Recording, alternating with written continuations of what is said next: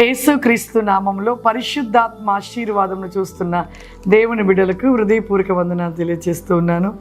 దినదినము కూడా ఎంతోమంది కూడా ఉదయము లేవగానే ప్రార్థన చేసుకుంటున్నారు.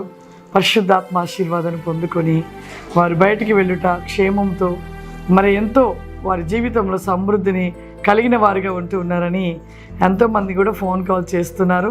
చాలా సంతోషము. దినదినము దేవుళ్ళలో మనం ఎదుగుతూ వర్ధిల్లుచు దేవుడిస్తున్న ఆశీర్వాదాలు పొందుకొనుట అది మనకు ఎంతో క్షేమము. మన జీవితంలో ఎప్పుడు కూడా మనం ఆనందంగా ఉండాలనేది దేవుడి ఆశ, ఆయన యొక్క కోరిక. ఈ యొక్క దినము వాక్య భాగం చూసుకుందాము.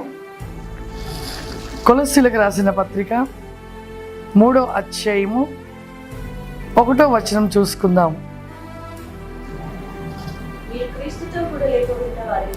మీరు క్రీస్తుతో కూడా లేపబడిన వారైతే పైనున్న వాటిని వెతుకుడి, అక్కడ క్రీస్తు దేవుడు కుడి పార్శ్వమున కూర్చొని ఉన్నాడు. పైనున్న వాటి మీదనే గాని భూ సంబంధమైన వాటి మీద మనస్సు పెట్టకుడి. చూడండి, మన జీవితంలో ఈ లోకములో ఉంటున్న ఆశలు, కోరికలు, వాటి మీద మన దృష్టి, ఆలోచన ఉండటమును బట్టి దేవుని ప్రేమకు దూరం అయిపోతున్నాము. దేవుడు ఇస్తున్న ఆశీర్వాదాలను కోల్పోతున్నాము. దేవుని యొక్క రాజ్యమును కోల్పోతూ ఉన్నాం ప్రియులారా. కాబట్టి మన జీవితంలో పైన వాటి కోసం ఆశపడాలి, కానీ భూమి మీద ఉన్న వాటిని ఆశ కలిగి వాటిపైన దృష్టి ఉండటం వల్ల నష్టమే కానీ లాభం ఏది లేదు ప్రియులారా. చాలా మంది ఎన్నో విషయాలలో పరిగెడతారు. ఆశ, ధనం విషయంలో ఏదో బిజినెస్లని ఇంకా ఏదో అని పరిగెడుతూ ఉంటారు. కానీ వారి మనసులో దేవుడు ఉండడు. ఇంకా అనేకమైన వ్యాపారాల్లో పరిగెడుతూ ఉంటారు, అనేక విషయాలలో పరిగెడుతూ ఉంటారు. కానీ వారి మనసు దేవుడితో ఉండదు. కాబట్టి ఎప్పుడూ నష్టమే. కొద్దిమంది చెప్తుంటారు, మా జీవితంలో ఎన్ని చేస్తున్నా, ఏ బిజినెస్ చేసినా మా జీవితంలో కార్యాలు జరిగించబడట్లేదమ్మా, ఎందుకు మేము దేవుళ్ళలోనే ఉన్నాం కదా అంటారు. దేవుళ్ళో ఉంటున్నారు, అసలు దేవుడితో ఉంటున్నారా, దేవుని కలిగి ఉంటున్నారా, అది ఆలోచించలేకపోతుంటారు. దేవునితో ఉంటే నీ మనసు ఎప్పుడు పైన వాటిని వెతుకుతూ ఉన్నావా? వాటిని వెతుకుతే ఈ భూమి మీద అన్నీ కూడా దేవుడు అనుగ్రహిస్తాడు. ఒక సహోదరి అంట, తను ఒక కారులో తనకు ఒక 2 బిడ్డలంట, 2 ఆడపిల్లలు. వారిని ఎక్కించుకుని కారులో వెళుతూ ఉందంట. వాళ్ళ తల్లిగారు గ్రామానికి వెళ్ళాలని బయలుదేరి ఉన్నదంట ప్రియులారా. ఆమె వెళుతూ ఉంటే తనకి అకస్మాత్తుగా తన స్నేహితురాలు గుర్తుకొచ్చిందంట. తన స్నేహితురాలు గుర్తుకొచ్చి అదే సమయమున అదే రోజు పార్టీ, వాళ్ళ యొక్క పాప బర్త్డే పార్టీకి రమ్మని చెప్పిందంట.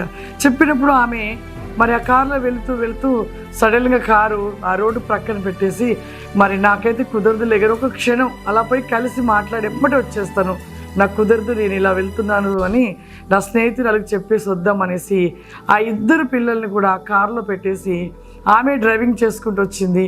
ఆ 2 బిడ్డలు అలా పెట్టేసి తను లాక్ వేసుకొని వెళ్ళిపోయింది. గబగబా తను చూసుకోలేదు, గ్లాసులు పైకి వేసేసింది, తను తాళం వేసేసి లాక్ వేసేసుకొని వెళ్ళిపోయింది. అలా వెళ్ళిపోయినప్పుడు తన స్నేహితురాల దగ్గరికి వెళ్ళి, ప్రక్కనే రోడ్డు పక్కన ఇల్లే కదని వెళ్ళి అలా మాట్లాడుతూ ఆ మాటల్లో పడిపోయి కనీసము ఒక 2-3 గంటల వరకు కూడా తను గుర్తులేని స్థితిలో ఉంది. అప్పుడు ఒక 2-3 గంటల తర్వాత జ్ఞాపకం వచ్చింది. అయ్యో, నా పిల్లలు కారులోనే ఉన్నారు కదా అనేసి ఆమె పరిగెట్టుకుంటా వెళ్ళిపోయి కారు ఓపెన్ చేసిందంట. ఓపెన్ చేస్తేగా ఆ 2 బిడ్డలు స్పృహ తప్పుకున్నారంట. వెంటనే గబగబా హాస్పిటల్ తీసుకువెళ్తేగా ఆ 2 బిడ్డలు చనిపోయారంట. చూడండి ప్రియులారా, ఎంత భయంకరమో. ఆమె ఈ లోక సంబంధమైన మాటలలో తన స్నేహితురాలతోటి అక్కడ కూర్చొని అలా ఆలకిస్తూ ఆ బర్త్డే ఫంక్షన్లో ఉండిపోయింది. తన బిడ్డల్ని గుర్తుపెట్టుకోలేకపోయింది. ఆ 2 బిడ్డలు కూడా చనిపోయారంట. భూ సంబంధమైన ఆశలు, భూ సంబంధమైన కోరికలు, వాటిపై దృష్టి పెట్టింది. తనకనిన 2 బిడ్డలు కూడా మర్చిపోయి తన 2 చనిపోయినట్లుగా చేసుకున్నది.